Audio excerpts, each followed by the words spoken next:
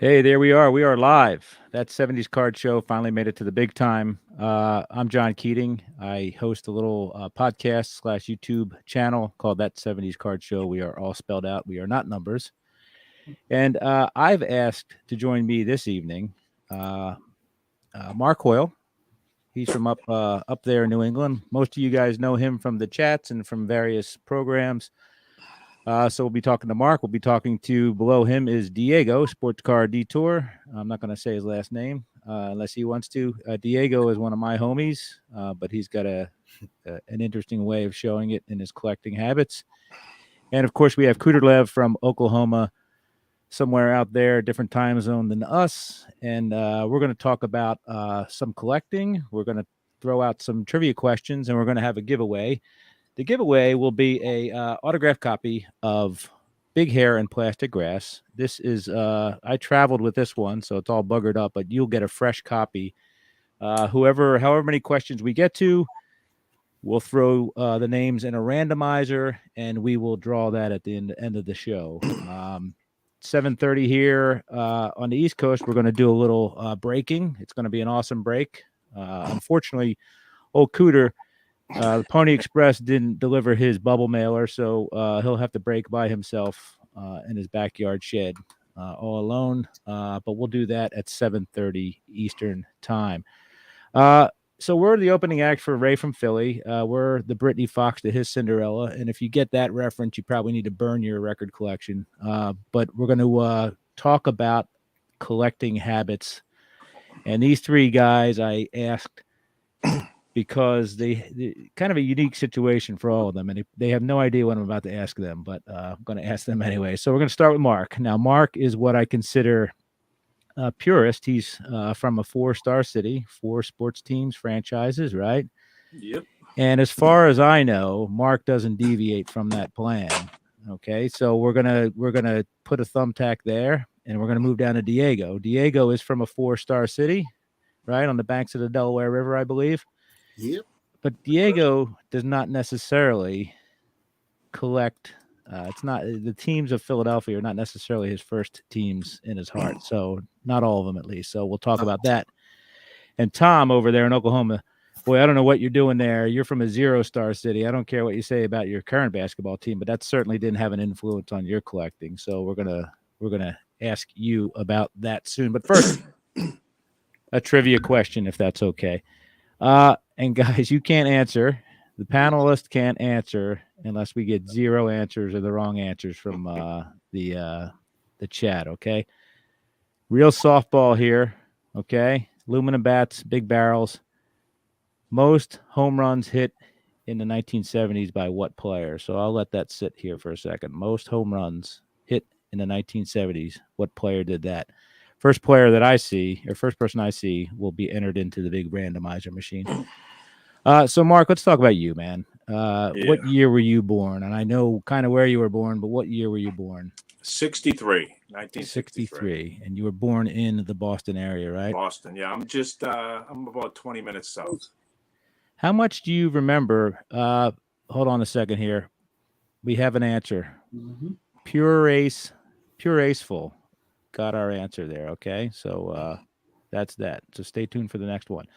And by the way, sorry to interrupt you, Mark, but that was 296 home runs. So you're born in the Boston area, 63, but man, you love that 67 team, right? How did that happen? Well, I was collecting Red Sox anyway, and I was running out of cards to collect. So I said, I'm going to fall back on the 67 team. That was the team that put Boston back on the map. The Red Sox almost actually moved in 66. They were getting ready. Where to? And that team was the first team to actually come out of the cellar. They were predicted for last place. It was just a great year, the impossible dream season. Right. So my uncles, my dad, my older cousins, everybody talked about that team. Some of those guys actually played in 70, 71. That's when I really started watching the game. So I knew a lot of the guys. Yaz, Boomer, Rico. Mm-hmm. So I just decided to concentrate. I collect anybody who played on that team. I'll collect anything. Doesn't matter what team the card is from. So But you You know, didn't. it allows me a little leeway to go Right. after some different guys. Thankfully, you didn't suffer with that team, right? You suffered with the 75 team, but you didn't suffer with the 67 team, right? I suffered through the 75. Well, that was a magic. I mean, I was a 12-year-old kid. That Right. was, we lost the series, but it's still one of the better World Series you're ever going to see. Pretty memorable. Right. It was. Right. For sure. Well, I think that's most people would recognize that as the greatest one of the 70s, right? For sure. The game 6 was incredible. I mean, the whole series, Louis Tiant starting the first game, actually getting a hit, it was fun time, Right. So that's your baseball that's always been That's the the number lead one. car in your train, right? I mean, my room, I'm surrounded by 80% Red Sox. I have Bruins, Celtics, some Patriots stuff here. I think you just went in order, didn't you? So you just the Bruins next, then the Celtics, and the Patriots, huh? Okay. I mean, 1970, 72, Bruins owned this city. Right. Bobby Orr, Phil Esposito, they own this city. So, I mean, how could you not be a fan? What was your first pack of cards? You remember that? Who flashed you a card first? My first packs had to be 69, although I don't vividly remember opening the 69s. I've always had these in my collection. Mm-hmm. I didn't pick them up and trade. The first ones I remember opening are 70s. Okay. And Rico and Boomer. It's one of those two was my first Red Sox card. Okay. And you knew how long did it take you to figure out how to spell Rico's name? Must have been hard, huh? Or Yaz, I guess, right? Yaz was tougher. Rico was actually pretty easy because he started a gas station chain, him and Mike Andrews in the early 70s. Okay. And there was a gas station in my town with Petrocelli written right across the top of it. So you learn how to spell that one pretty quick. Mike Andrews, second base, I think, right? Is that what he was? Yeah, Andrews, and I think Hawk was involved in it too, Harrelson. I think Andrews shares a rookie card with Reggie Smith, if I'm not mistaken. Yeah. Is that right? Yeah, I got it signed over there on the wall. There? Nice. All right, Diego, you ready for this, buddy? We don't know what happened to you. You're wearing a Phillies hat. Yeah. But we know somehow you like Pittsburgh. You're freaky deek about a certain player that played for the Cubs. So what happened? How did all this happen, man? Oh, the Ryan Sandberg reference was back when I was playing baseball. Okay. My coach told me his Ryan Sandberg. Oh, he was a Cub fan, and I was just like, "Oh, dude, who's Ryan Sandberg?" And just got his baseball card and just kept on collecting them throughout the years. What year was that? What year are we talking about? In 1990, 91. Okay. All right. So Ryan had already been MVP and all that stuff, I think, by then. Yeah. Ryan Sandberg, he was with his errorless streak, playing second base. That's what I was playing at the time. And he's the one who got away from Philadelphia. We all know that, right? Mm-hmm. Yeah. So he just became my favorite player just from that association, But then as I got older, the Phillies were actually hated in my household. My dad just did not like the Phillies. That's horrible. So where's your dad from? Because your dad influences your football as well. Where's your dad from? Yeah, my dad is actually from New Jersey, but he's just bad parenting. What you're saying? He goes with a certain past history of the team. And, is he was he a Pittsburgh Pirates fan? Yes. Okay, Pittsburgh Pirates. I know the Steelers, right? Yeah.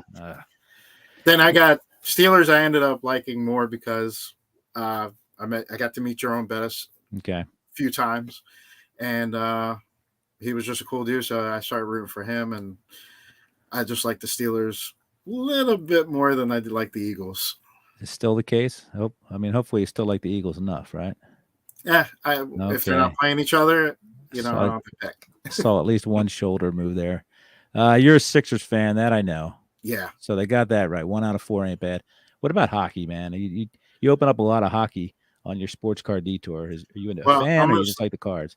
I actually just like the goalie cards. There's more the attraction to them, but and that actually comes from I can't remember his name.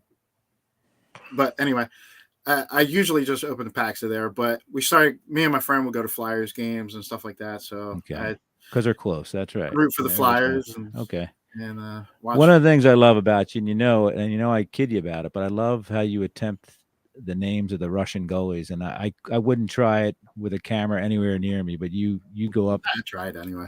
You keep going, man, and I love it.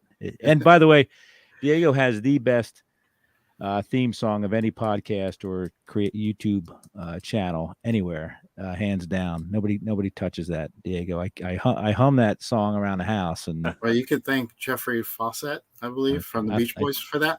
I thank you. That's who I thank. I think it's awesome. First pack of cards. You got a lot of unopened stuff behind you, but what do you remember about your first pack of cards?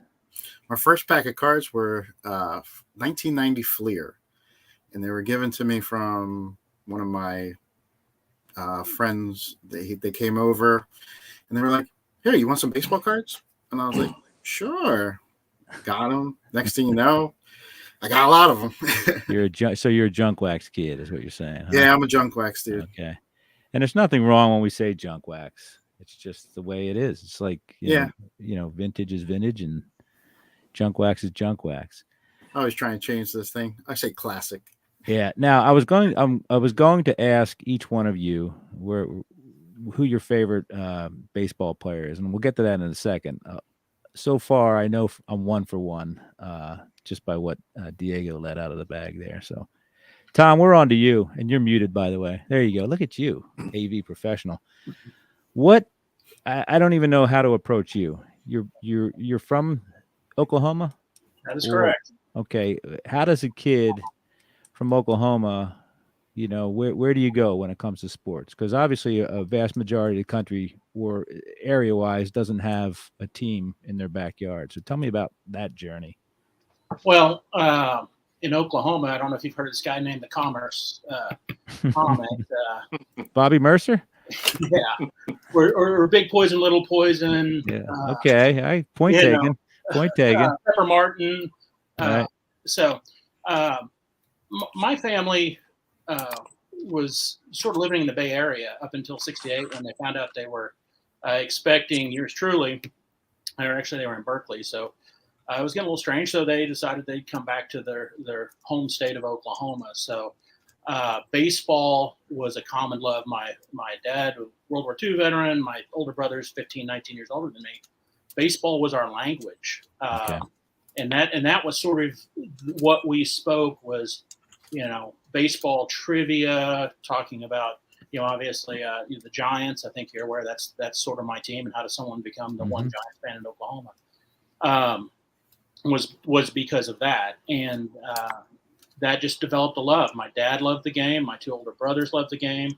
My mom even loved the game. She was one of the biggest sports fans that we had, and so that sort of became our dinner time ritual, was talking baseball, and particularly with actually a pretty rich history of baseball through the 30s and 40s here. Indian Bob Johnson, who should be in Hall of Fame from Pryor, Oklahoma. Guardian Bob Johnson, you mean? Yes, very true.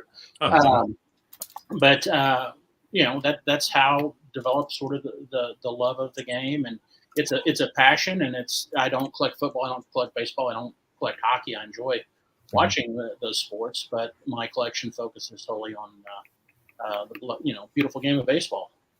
So you're probably, and I only assume this about Mark because Mark's my spiritual advisor when it comes to collecting. But I assume that you fell asleep listening to the games on the radio, right? At night, Tom. Yeah, and you know, here in Oklahoma, there's really 2, I guess, camps. There's the Yankee camp and the Cardinals camp, and that what goes back to the days of radio. And then, of course, the first song I think I ever taught was, you know, when the Giants come to town, the, you know, KSFO radio jingle. Right. And so a lot of time was spent listening to the local, you know, AAA team, which Ryan Sandberg came through in '81. But yeah, it was, you know, and still to this day, when I come out here, I love to put on the Giants game and sort cards, and you know, who doesn't like baseball and radio? True that. I mean, I don't know how Diego grew up probably fully ensconced in cable television. So you lucked out there, dude. But most of our stuff was over the airwaves, I guess, for Mark, Tom, and I. I mean, Tom probably saw even less games than we would have. I'm going to ask a quick trivia question here. So far, we're 1 for 1. This is another softball. Most RBIs in the 70s. Which batter had the most RBIs in the 70s? And that's go. And OU in the College World Series is not the answer to that question. Listen, don't forget signatures for soldiers here, folks. That's kind of why we're all here, is to give back, and not only to share content, but also to give back. So if you want to wait till the next show to give all, that's fine, but just make sure you give something, please. Stargell is not the answer. Schmidt is not the answer. Lou Rock, you win a spot in the big Hoochie McCoochie randomizer later on. So bench 1,013 RBIs. The only guy to crack 1,000 in the 70s. But guess what? Perez had the second most at 954. And May, one of the most underrated player of the 70s at 936. You have a mirror ball too, Mark? No, we both have mirror balls. That's pretty impressive. All right, Lou Rock, you're in, dude. Mark, I don't know why you got up, because I hate seeing Red Sox players' names on the back of jerseys. That should have never happened. And why didn't they prevent that, by the way? What's that? Why did they ever put players' names on the back of jerseys for the Red Sox? What was the importance of that? They just blew that tradition, right? Yeah. All right. Sorry, I digressed. So I'm going to say, Mark, I believe I know who your favorite player of all time is. So why don't you tell us who that is? It should be Yaz, I know, and he's in the top three. But one of the guys on the poster right there, Reggie Smith, and batting Boomer. right-handed, oddly enough. That was rare, huh? Yeah, and Boomer, George Okay. Scott. Those are my two guys. Although I collect Yaz. Probably my favorite guy is Ted Williams. I never saw him play, but right. Okay, so give me an answer, because I'll tell you why after you give me an answer. Give me the answer, and it could be a tie, but just give me the answer. The all-time, I'll go with Ted. That's exactly who I thought it was, because I thought you would think that I would think you thought it was Yaz, and Reggie and Boomer were completely. That was a complete curveball. And thank you, Ichiro. I collect Ichiro. Appreciate that. But yeah, I thought it'd be Ted Williams, because I thought I was trying to outsmart you. So well done. But and I know you like Boomer, but the Reggie thing that surprises me, because he spent so little of your youth he spent with the Red Sox, right? Yeah, I mean, he got traded after 73, so I remember him 4 good years playing. Okay. 70 to 73. Love him.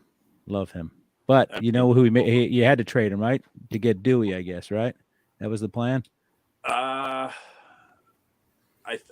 don't really want to say why the reason was they got rid of him. It's but got Dewey in there.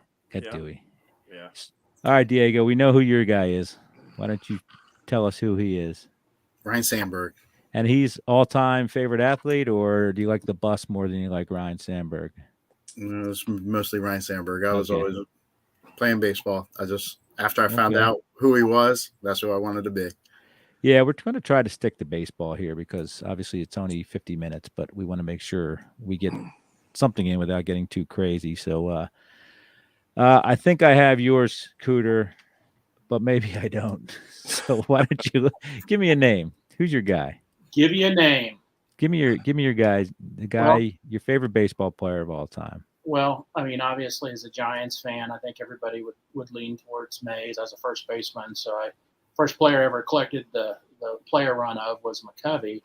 However, I'm going to have to go with Mark, and that is Theodore Samuel Williams, the greatest hitter of all time. I used to send him a birthday card every year. August 30th, 1918 was his birthday, and so how'd that work out for you? It worked out, I think, well. At least got a John Henry facsimile autograph. Exactly. Yeah, you don't know.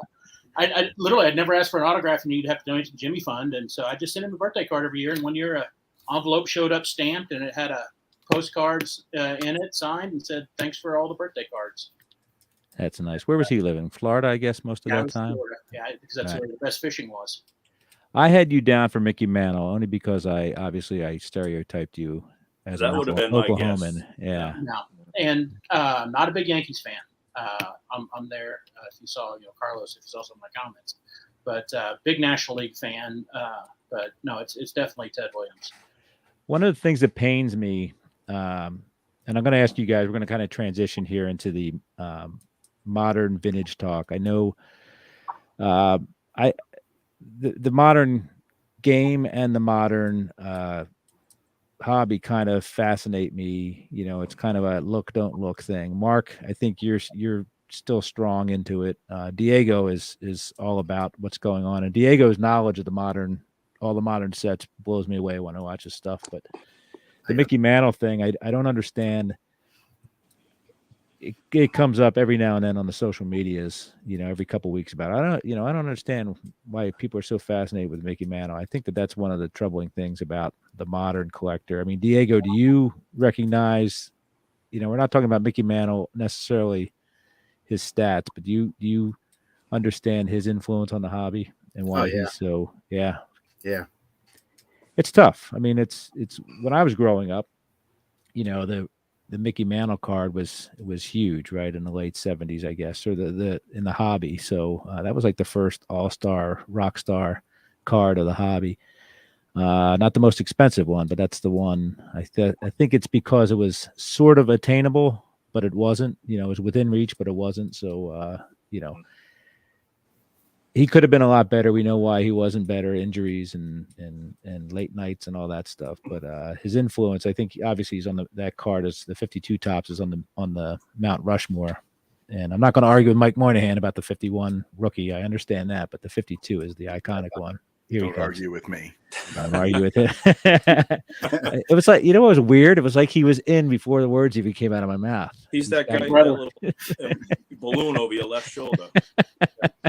Pay no attention to the man behind the curtain. Oh my God, he's scary. I'm reading all the scripts that you guys had to give us before you could be on the show, so I know what's coming up next. Yeah, my prompter's moving slow here, so we need to speed that up. Yeah.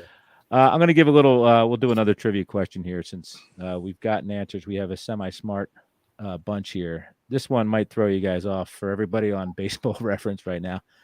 Which batter grounded into the most double plays in the 1970s? Which batter most double plays grounded into in the 1970s? There you go. Good luck with that. Modern, Mark, what's your modern take on the hobby? What's your how are you playing this game? I only buy my Red Sox sets, and I don't open packs. I pre-order a team set from a couple guys I know that open them, and that's all I do. The end of the year, I buy my top set, and I'm done. Okay, I got you. I don't chase the autos, the relics, the parallels. I have a bunch of them. People say, they know I'm the Red Sox collector, so right, I get them. Right. I have never bought one, and I have a room full of them. Right. Okay.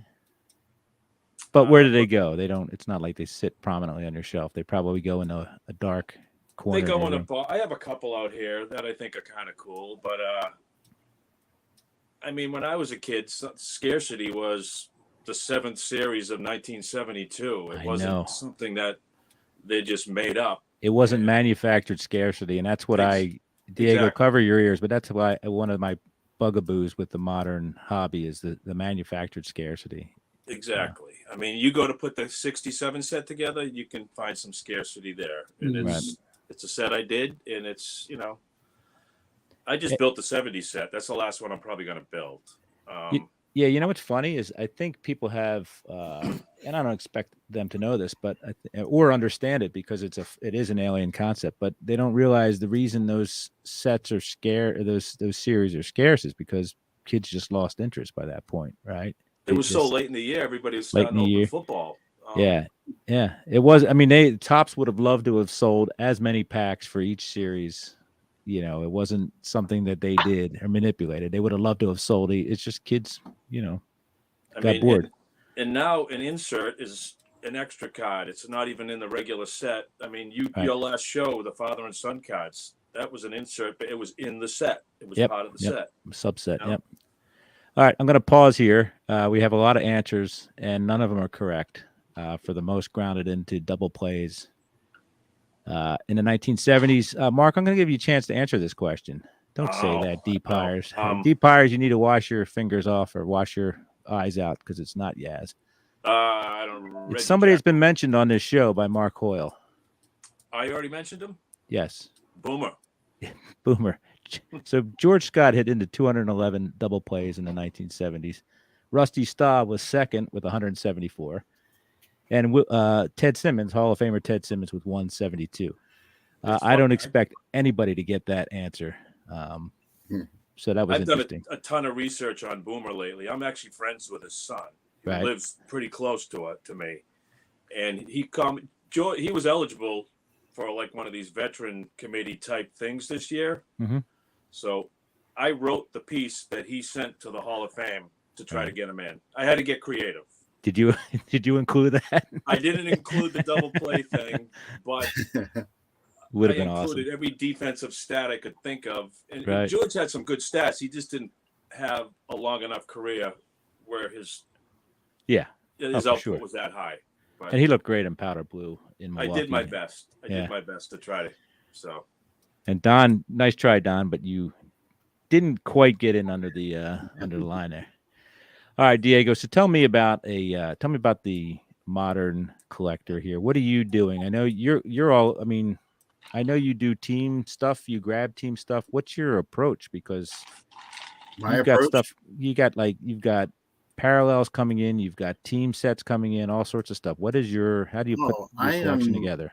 I am ADD when it comes to collecting. Like I can get on a kick of where I'm looking for the game cards of 1963, I believe it was. I got one card of Roberto Clemente on the game card 60.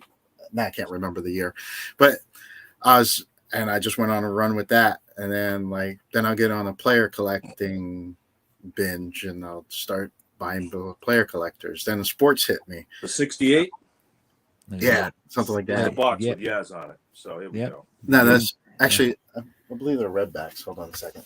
Oh, the 51. All right, you're going way back.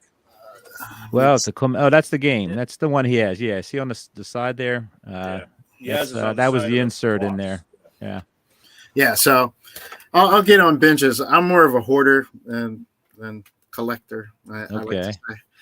So you're not building sets. You're just gathering. Actually, the sets troops. that I'm building are just because I have so many boxes of cards. I was like, you know what? I never tried to actually become a set builder. Right. I said, let me see how many sets I can start building now, just for the entertainment. How many cards do you have, you think? I don't know. Don't know, huh? You are a hoarder. You're right. I'm a hoarder. Okay. So anything, again, you get a lot of modern stuff, but do you want to complete the Clemente run? Because I mean, that guy made some of the most beautiful cards of the 60s, and the 70s ones are classics as well. I mean, he's got his 54 rookie, but I think that's in the 54 and the 55 aren't very flattering pictures of him. But I know you're big on you have a Puerto Rican PC, right? That's got to be the that's another one that I do. Like I'll get on the kick where I want to collect all the Puerto Rican players, but unlike my friend Victor Negron, who collects all Puerto Ricans, I'm looking for more of a. It was 1995, and it was the Dream Team, and it had Juan Gonzalez, Edgar Martinez, Roberto Alomar, Carlos Delgado, who beat out Ivan Rodriguez for the job. Wow. They were a super team in the Caribbean World Series, and I remember reading about them. I was learning how to read Spanish here, and we would get the newspaper, the Spanish newspaper my dad would buy, and I would read the back of it, and I would be most of the time for Puerto Rico. I like Ponce, the Leones. They were my favorite team for the Puerto Rico, but then there was a super team where they got all the Major League Baseball stars on one team, and they ended up going and winning the Caribbean World Series, and I followed the whole thing. So those players are the players that I actually look for. And then the World Baseball Classic, I think it was 2016, Francisco Lindor, Javi Baez, Yadier Molina, they looked like they were having a great time during that. They finished in second to the USA. And I was like, oh, I want to collect that team too, Gotcha. Don, you're right, by the way. 55 and 56, same pictures. I apologize on the Clemente, but Clemente's, I still think that 72 tops is probably my favorite with him with the ball, right? Flipping the ball in the air. Tom, we'll get to you in a second. One more question here. When I say one more, I really mean 6 or 7 more. Triples. Most triples in the 1970s. Thank you, Zach and Porter, by the way.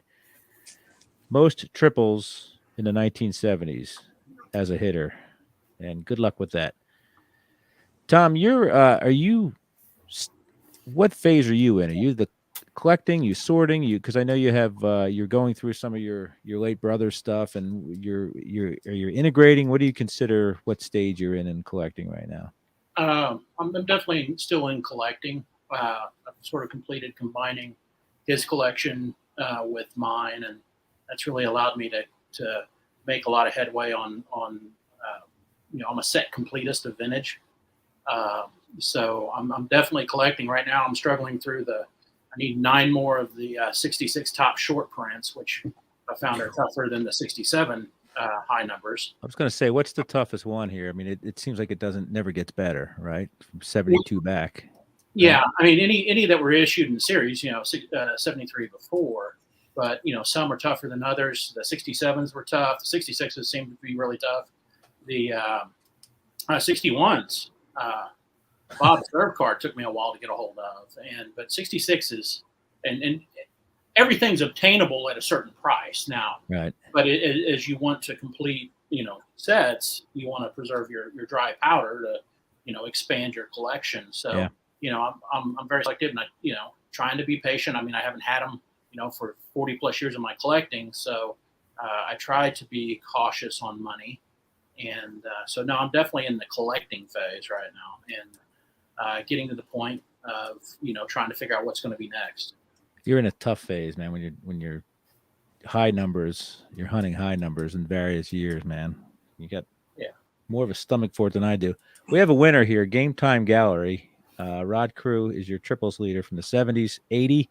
A lot of George Brett's out there. He had 73. And Willie Davis would have been your wild card there, right? Willie Davis had 70 triples.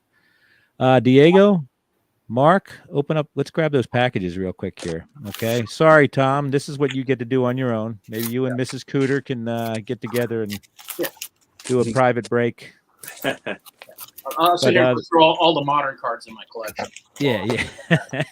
And NFTs, right? Yeah, the post office, again, has lived up to the reputation. Even though you send priority 1 to 3 day mail, Tom has not gotten his mail. So yeah, we're still using horseback evidently here.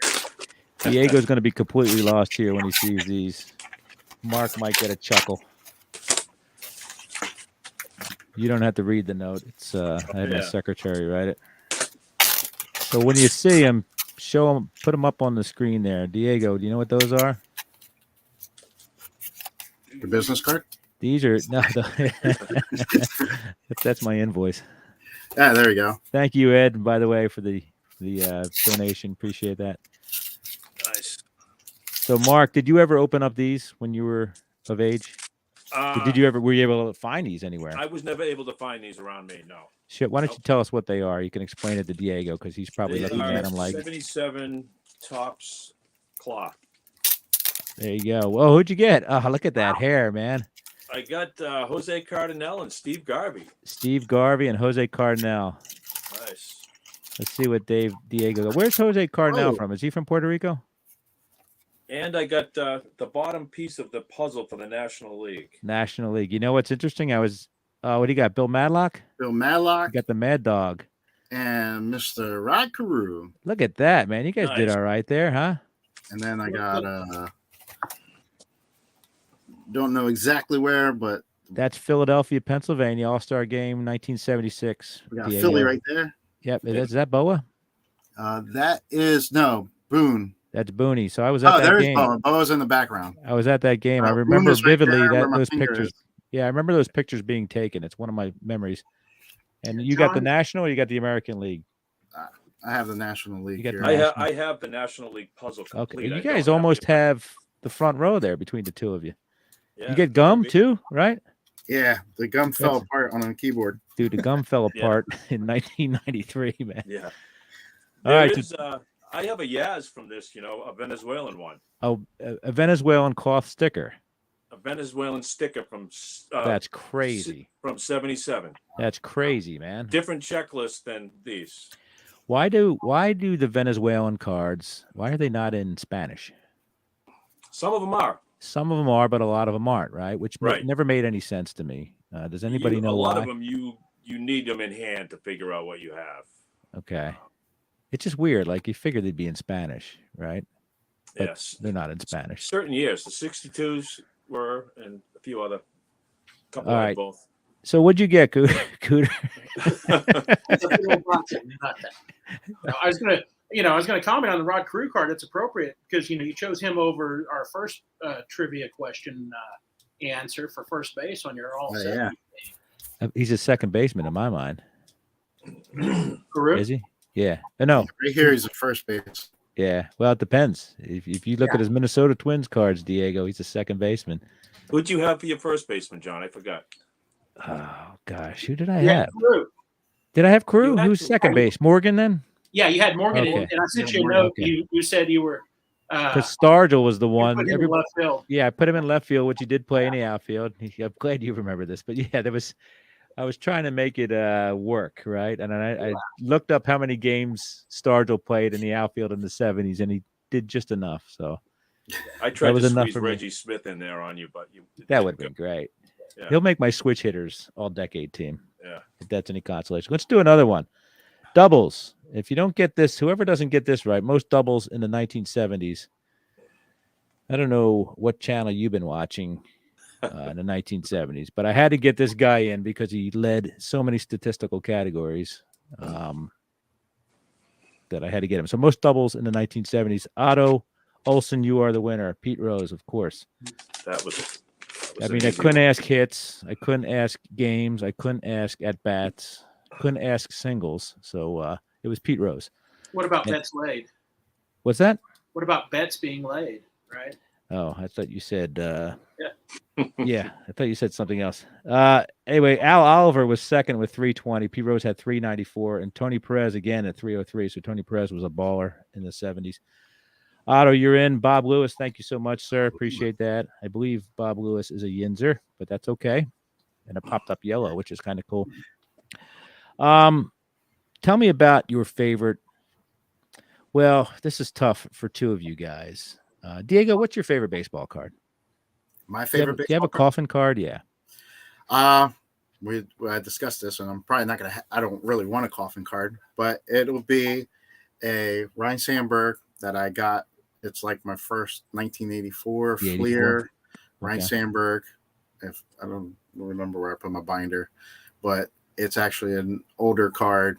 It's my first card. Like if I had like the oldest card that you had he'll probably be the one that survived the most. So Okay. that's the one that I'll take with me. I thought you were going to say an unopened pack of 1990 Fleer, so that's good. The rookie cards of Ryan Sandberg, each one of my kids will get one of them. Okay. Do you have any of his minor league stuff? Did he play in Oklahoma, Cooter, or was he at Reading? Was he an 89er? Yeah, he was an 89er. Actually, I have his. Yeah, but I have none of the. Don't have any of that stuff. That stuff's rare. I believe Yeah. there was some Reading Philly stuff maybe too. I don't know. TCMA, right? Yeah.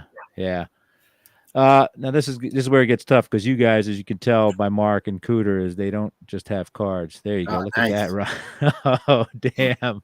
I have his address, Diego. If you can get there, you might be able to get there before the mail gets there. So pick that thing up. Mark, card. Give me your card first. Give me your favorite card or your coffin card. And it's okay. We're not going to die tomorrow. Once you name your coffin Yeah. card, Grim Reaper's not coming. 54 Wilson Franks. You're pretty disappointed in the Baseball Card Hall of Fame decision then? Yeah, Okay. that card is beautiful anyway. Right. Sure. Now, what's your favorite item? Because you have a lot of items. Would it I still be that, have- or is it I like to call it ephemera, which Yeah, I mean, I dig it out, but it's buried, and I'd knock everything over on the shelf. okay. The 62 Salada coins, I have the shield. Okay. Gotcha. That's one, and the other one's probably I have a Oldsmobile, Chrysler sponsored the 67 World Series, and they gave out little replica cars with the World Series emblem on it to the scouts, front office staff. Mm-hmm. I have one of the cars on the shelf. That's interesting, huh? They sponsored not just the Red Sox, but both the Red Sox, the whole thing, huh? They sponsored the World Series, and the word is, like each dealership got one in the St. Louis area and the Boston and area. Boston, yeah. And I've only seen one other one, and it was a scout that has it, and he was trying to sell it. Gotcha. That's crazy. Yeah, that's probably wow. it. Yeah. How about you, Tom? Wow. What's your coffin card? It's tough. It's like asking which is your favorite child. That's easy for me. I'll give you that answer. I have one for different reasons, but if I was going to have to choose one, because to me, the thing about the cards isn't necessarily the card; it's value, it's the story behind it. Mm-hmm. And the person who really got me into collecting, and I collected with for years, was my older brother.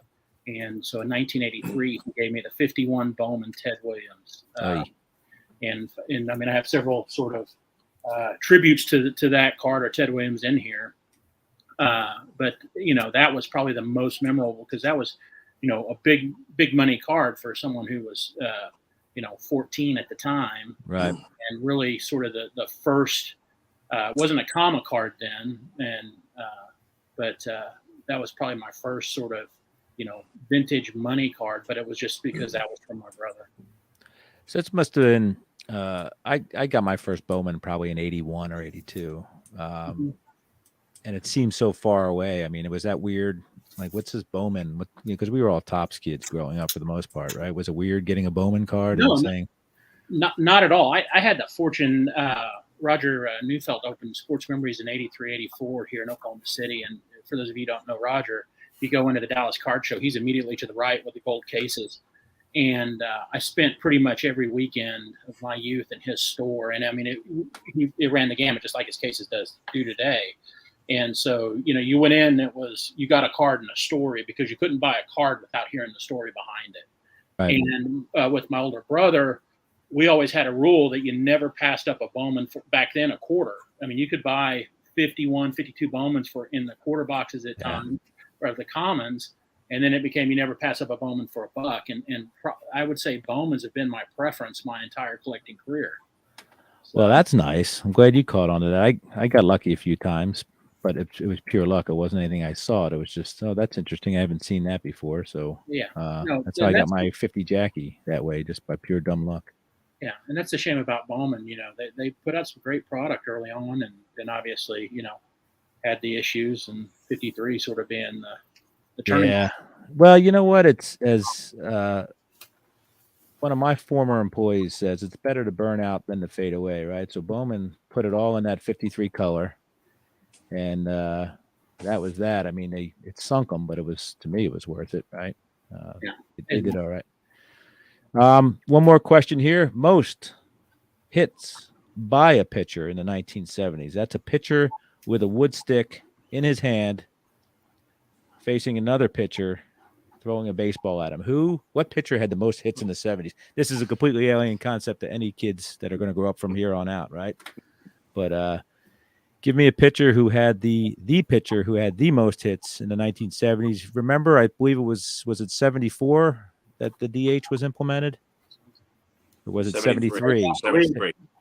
73, because as Picker Jim and Mike Moynihan say, Jim Cott, they're both wrong, but there was a 73 card with Topps card with Jim Cott batting.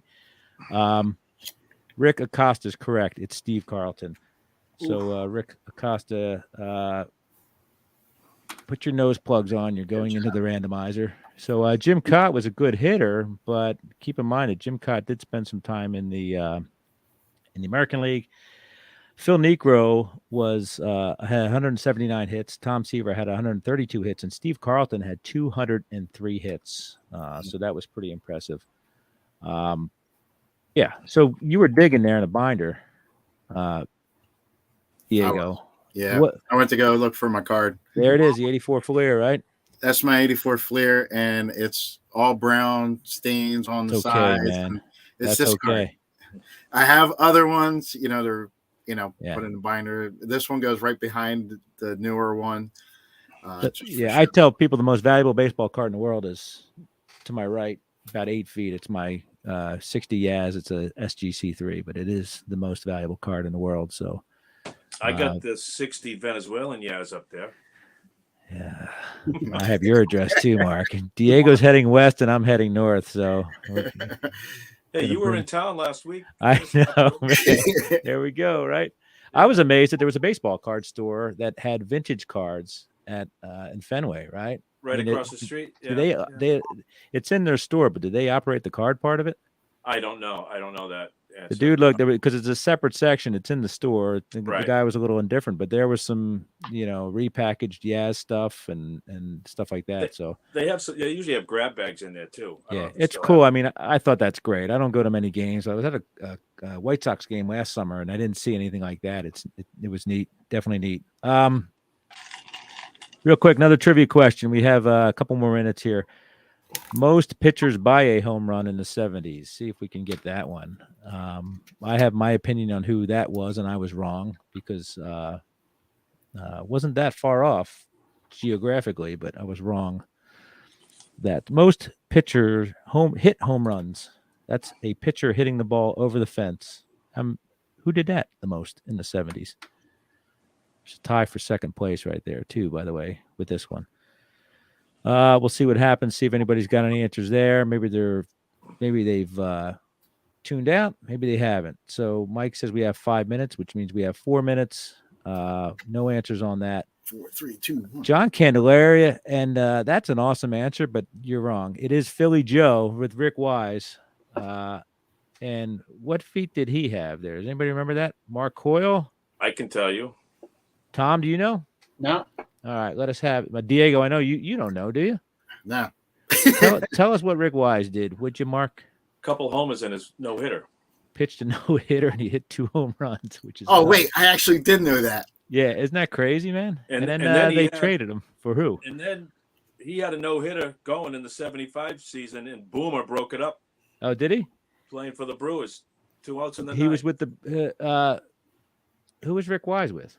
He was pitching for the Sox, 75. Oh, was he? Because he went to Then he was traded for Steve Carlton. Yeah. And then he went to And then the Red Sox got Sox. him in Gotcha. 74. He came in the Reggie Smith deal, I believe. Gotcha. And he had a no-hitter going, and Boomer broke it up. Who gave up the most home runs? Which pitcher gave up the most home runs in the 70s? Make this easy for you. The guy did play for the Red Sox at one point. Most home runs given up by a pitcher in the 70s.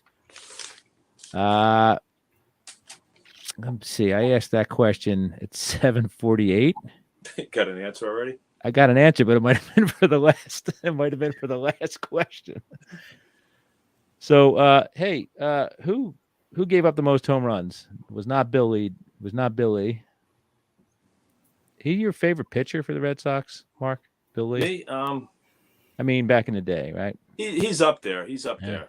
Boy, he was a stone cold nut, wasn't he? And I love it. Oh, He's definitely still the is. 70s. He comes around to shows all the time, and he's one of a kind. Still playing. Yeah, pitching for the Savannah Bananas right now. Yeah, exactly. Is he really? Yeah. Mm-hmm. All right. So the answer to that question is Fergie Jenkins, but I don't know. Jeff Eklund gave an answer, Fergie Jenkins. I don't know whether which answer he was giving. I watched some of those highlights of the Savannah Bananas. They crack me up. Yeah, it's nuts. Huh? they're crazy. So last question here. Best whip of the 70s for all you stat heads out there. Best whip of the 70s. Wasn't even a stat in the 70s, was it? Of course not. War wasn't a stat and none of that. Yeah. What is it good for? So best whip in the 70s. I think Don has answered. Dennis Eckersley for every question, including most triples. Not Palmer, which is the name of Mike Moynihan's father and son. Not Palmer. He is a relief pitcher. How's that sound? Gonna narrow it down to a relief pitcher. First time, man. You're close, Don. That was his Indian name.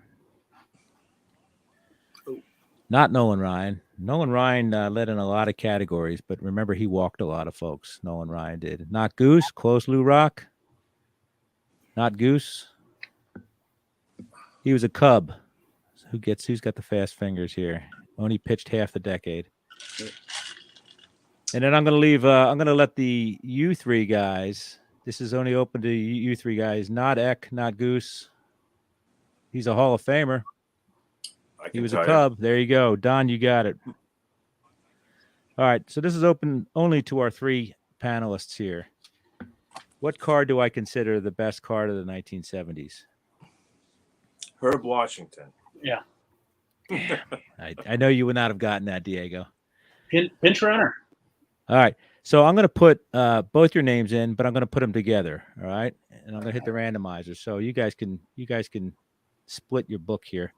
Let me throw in a couple names here. Philly Joe, Jeff Eklund. We're going to throw you in. Game Time, Gower, you're already in there, so you're not. Don, Field of Dreams, and I'm going to do the Cooter / Mark, and we're going to randomize. Do you want to do this? You want to let me share, Mike? I know you're probably sleeping there in your head in a bag of popcorn. There you go. Bored the crap out of you. Oh, is something going on over here? I'm going to share my screen. We're going to randomize this thing, okay? I got you.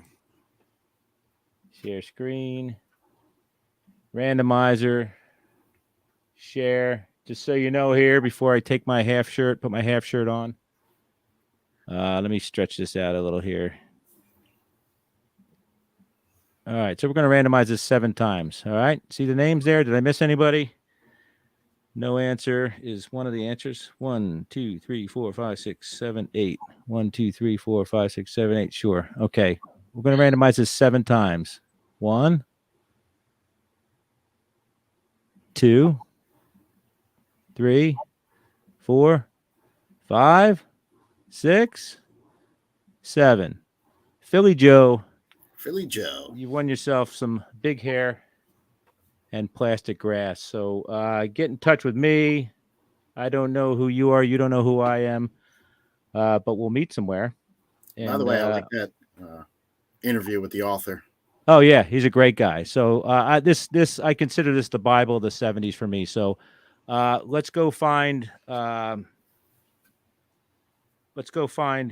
guy. Come find me, and then we'll make sure you get this book. And author will sign it, and he will send it to you. So Philly Joe, get in touch with one of us. I'm at that 70s card show at gmail.com or 70s card on Twitter or that 70s card show on YouTube. What about you guys? Any kind of social media junk you want to talk about? No, boy. Tongue tied. Diego Sports Card Detour on YouTube. He's there almost every day. Mark is everywhere too. Anything you want to say, Mark? No. Gosh, look at you guys. Well, I was going to say, I some of my stuff I put on Vintage Lev. Cooter started off being on car chats and such. So Vintage Lev on Instagram has some of my collection items on it. So okay, kind of and then I started it as a tribute to my older brother. Gotcha. Mark, I know you're prominent on Twitter. Just that, huh? That's it? Did we lose Mark, do you think? We lost Mark. Yeah. Anyway, Mike, what's that? Hey, you forgot Pure Ace is full. You forgot Sarah. She answered the first question right. You didn't put her in the randomizer. Yeah, right there. See? Number 4. Oh, okay. Yeah. I didn't want you to forget her. Yeah, you scared the shit out of me. You scared the crap out of me. Yeah, but she or he is there. So yeah, we're good. I think there's the record. If anybody wants to dispute it, Mike Moynihan is the guy you see, and I think we're good. Yeah. So Philly Joe, we good, Mike? To kick you off. I'm about to kick you off. All right. Thank you, everybody. Appreciate it. I can turn my mirror ball off now, and my dog will stop having fits. Thank you so much, everybody. Good luck, Mike, the rest of the way. Thanks, man. Thanks for your all support. Yeah. See you. Have a great time. See you guys.